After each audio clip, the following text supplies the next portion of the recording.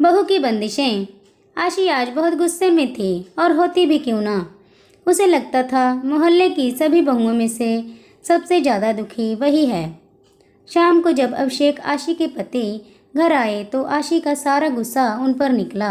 आशी ने कहा, सारे घर का काम मुझे ही करना पड़ता है। अब सामने वाले पड़ोसी शर्मा अंकल की बहू को देखो, वह तो कभी नहीं निकलती बाहर। उसे तो कभी भी बाहर जाते हुए भी नहीं देखा है।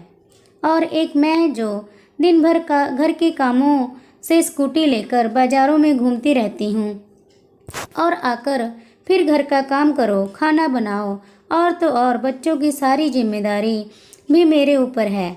आपसे तो इतना भी नहीं होता कि बच्चों की स्कूल की डायरी भी चेक कर लें, वह भी मुझे ही करनी है।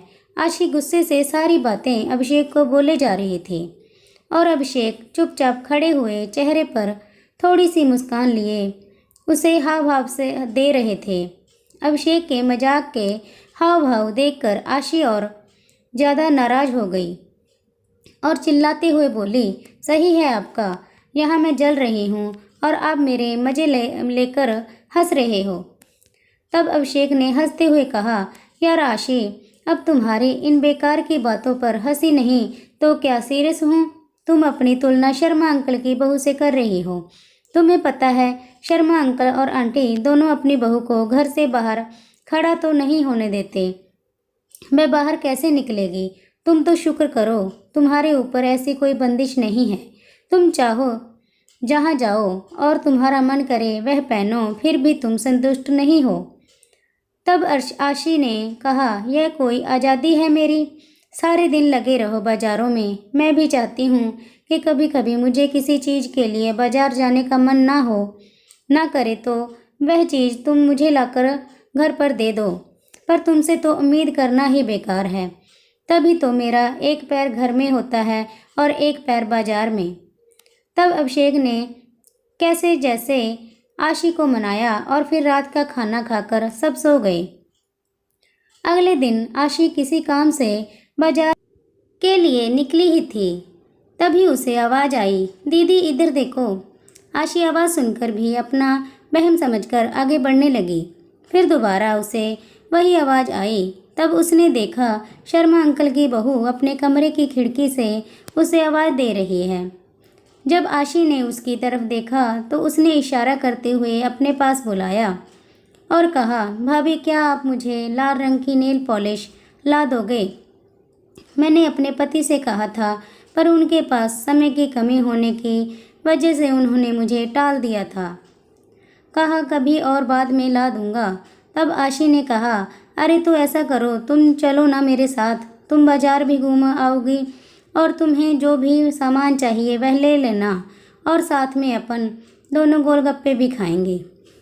इतना सुनते ही शर्मा अंकल की बहू की आंखों में आंसू आ गए और बोली, दीदी मेरी किस्मत आपके जैसी नहीं है।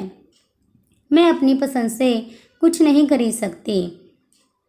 जो भी कुछ घर वाले अपनी पसंद से लाकर देते हैं वही पहन लेती हूँ। मैं बहू हूँ ना, तो ये लोग मुझे कहते हैं, बहू तुम चार दीवारी में ही रहो, तभी हमारे घर की शोभा है। आज के ज़माने में भी मेरी सास मुझे घर से बाहर जाने नहीं देती हैं और ना ही पड़ोस में किसी से बात करने देती हैं। तभी पीछे से आवाज़ आई, बहू, और वह अपनी अधूरी बातों को बिना पूरा करे ही अंदर चली गई। और उसके अंदर जाने के बाद आशी ये सोचने पर मजबूर हो गई कि किस्मत किसकी खराब निकली, मेरी, कि मुझे अपने घर और बाहर दोनों का काम संभालना पड़ता है, या शर्मा अंकल की बहू की जो अपने घर के बाहर भी खड़ी भी नहीं हो सकती है। आशी सोचने लगी कि मैं तो हमेशा यह सोचती थी कि शर्मा अंकल की बहू के तो ऐश हैं, जो उसे घर पर बैठे बिठाए हर सामान मिल जाता है। पर आज वह अपनी किस्मत को सराह रही थी, क्योंकि चाहे काम के बहाने ही सही वह घर से बाहर निकल तो सकती है, जिससे चाहे उससे बात कर सकती है, अपनी पसंद का कुछ भी खरीद सकती है। अगर मुझे ऐसे चार दीवारी में कैद कर दिया जाए तो आज वह भी ऐसे ही तड़पती जैसे शर्मा अंकल की बहू आज छटपटा रही है।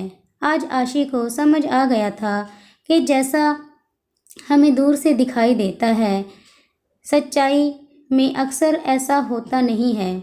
इसीलिए दोस्तों, हमें जो भी मिला है हमें उसमें संतुष्ट रहना चाहिए, क्योंकि भगवान ने हमें हमारे हिसाब से सबसे बेहतर दिया है। आपको मेरी हिंदी कहानी कैसी लगी ज़रूर बताइएगा। आपको अगर स्टोरी पसंद आई हो तो लाइक कीजिए, शेयर कीजिए, सब्सक्राइब कीजिए और कमेंट ज़रूर करिएगा। धन्यवाद।